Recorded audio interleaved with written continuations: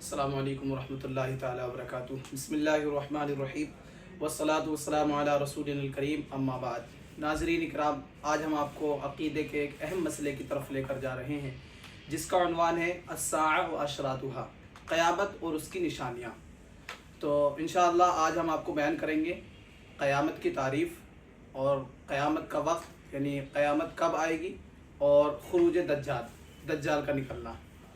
تو قیامت کی تعریف کی طرف ہم چلتے ہیں۔ ناظرین کرام، ہی الوقت الذی یموت فیہ الاحیاء فی ھذا العالم ویخرب نظامہ یکون فیہ من الاحوال۔ قیامت یہ ہے، وہ وقت ہے کہ جس میں دنیا کی تمام چیزیں مر جائیں گی اور اس کی ہولناکیوں سے دنیا تباہ ہو جائے گی۔ یہ قیامت کی تعریف ہے۔ اب قیامت کب قائم ہوگی، قیامت کا وقت کب ہے؟ تو حضرات، اللہ رب العزت قرآن مجید میں ارشاد فرماتا ہے، بسم اللہ الرحمن الرحیم، یسألونک عن الساعۃ ایان مرساها قل انما علمها عند ربی لا یجلیها لوقتها الا هو۔ اے محبوب، لوگ آپ سے قیامت کے متعلق سوال کرتے ہیں کہ قیامت کب قائم ہوگی، تو آپ بتا دیجئے قیامت کا علم نہیں مگر میرے رب کو۔ اور دوسری آیت کریمہ میں اللہ رب العزت ارشاد فرماتا ہے، بسم اللہ الرحمن الرحیم، وما یدریک لعل الساعۃ تکون قریبا۔ آپ کو کیا معلوم شاید کہ قیامت قریب ہو۔ ان تمام آیات سے یہ معلوم ہوتا ہے کہ قیامت کا علم صرف و صرف اللہ رب العزت جانتا ہے۔ اب آتے ہیں قیامت کی نشانیوں کی طرف۔ قیامت کی علامات کبریٰ، 5 وہ علامات ہیں، بڑی نشانیاں ہیں کہ جس پر تمام کا اتفاق ہے، اور وہ علامات ہیں: پہلی، خروج دجال کا نکلنا۔ نمبر 2، نزول عیسیٰ علیہ السلام، حضرت عیسیٰ علیہ السلام کا زمین پر آنا۔ نمبر 3، خروج یاجوج ماجوج کا نکلنا۔ نمبر 4، خروج دابۃ الارض کا نکلنا۔ اور نمبر 5، طلوع الشمس من مغربہا، سورج کا مغرب سے طلوع ہونا۔ تو یہ 5 علامتیں وہ ہیں جس پر تمام علماء کا اتفاق ہے۔ انشاءاللہ ہم ایک ایک علامت کو قرآن و حدیث کی روشنی سے آپ کے سامنے بیان کریں گے۔ سب سے پہلے ہم لیتے ہیں خروج دجال کا نکلنا۔ ویسے تو دجال کے متعلق 18-19 احادیث کی کتاب میں ایک حدیث موجود ہے کہ دجال کس طریقے سے ہوگا۔ انشاءاللہ ہم صحیح مسلم کو لیتے ہیں اور دجال کے متعلق آپ کو بیان کرتے ہیں۔ صحیح مسلم کتاب الفتن و اشراط الساعہ، باب قصۃ الجساسہ۔ قال النبی صلی اللہ علیہ وسلم اتدرون لما جمعتکم، یعنی ایک مرتبہ حضور صلی اللہ علیہ وسلم نے تمام صحابہ کو مسجد میں جمع کیا اور جمع کرنے کے بعد ارشاد فرمایا، اتدرون لما جمعتکم، اے صحابہ آپ کو معلوم ہے کہ میں نے آپ کو کیوں جمع کیا؟ قالوا اللہ ورسولہ اعلم، صحابہ کرام نے عرض کیا اللہ اور اس کے رسول بہتر جانتے ہیں۔ قال انی واللہ ما جمعتکم لرغبۃ ولا لرہبۃ، حضور صلی اللہ علیہ وسلم نے ارشاد فرمایا کہ آج میں نے رغبہ اور رہبہ کے لیے آپ کو جمع نہیں کیا ہے، یعنی آج کا جو مقصد جمع کرنے کا ہے کسی چیز کی طرف رغبت دلانے کے لیے نہیں ہے، بلکہ دجال کے متعلق بیان کرنے کے لیے ہے۔ ولیکن جمعتکم، لیکن میں نے تم کو جمع کیا ہے کہ دجال کے متعلق آپ کو بیان کروں۔ حالانکہ حضور صلی اللہ علیہ وسلم نے اس سے پہلے بھی کافی مرتبہ صحابہ کرام رضی اللہ تعالیٰ عنہم اجمعین کو دجال کے متعلق بتایا، لیکن آج جو جمع کیا ہے اس کا مقصد یہ تھا کہ حضور صلی اللہ علیہ وسلم کے پاس عینی شاہد موجود تھا، عینی گواہ موجود تھا کہ جس نے دجال کو دیکھا، جب دجال کو دیکھا تھا تب وہ نصرانی تھا، حضور صلی اللہ علیہ وسلم کی بارگاہ میں آئے اور آنے کے بعد جو ہے اسلام قبول کیا، اور اس کے بعد یہ پورا واقعہ حضور صلی اللہ علیہ وسلم سے بیان فرمایا۔ تو حضور صلی اللہ علیہ وسلم نے جو اس وقت دجال کا جو واقعہ بیان فرما رہے تھے تو ایک عینی گواہ کے موجود ہونے کے وقت میں بیان فرما رہے تھے۔ حضور صلی اللہ علیہ وسلم ارشاد فرماتے ہیں، ولیکن جمعتکم، لیکن میں نے تم کو جمع کیا، لأن تمیما الداری کان رجلا نصرانیا، کہ تمیم داری جس نے دجال کو دیکھا تھا وہ ایک نصرانی آدمی تھا۔ فجاء فبايع واسلم، تو آیا، اس نے بیعت کی اور اسلام قبول کیا۔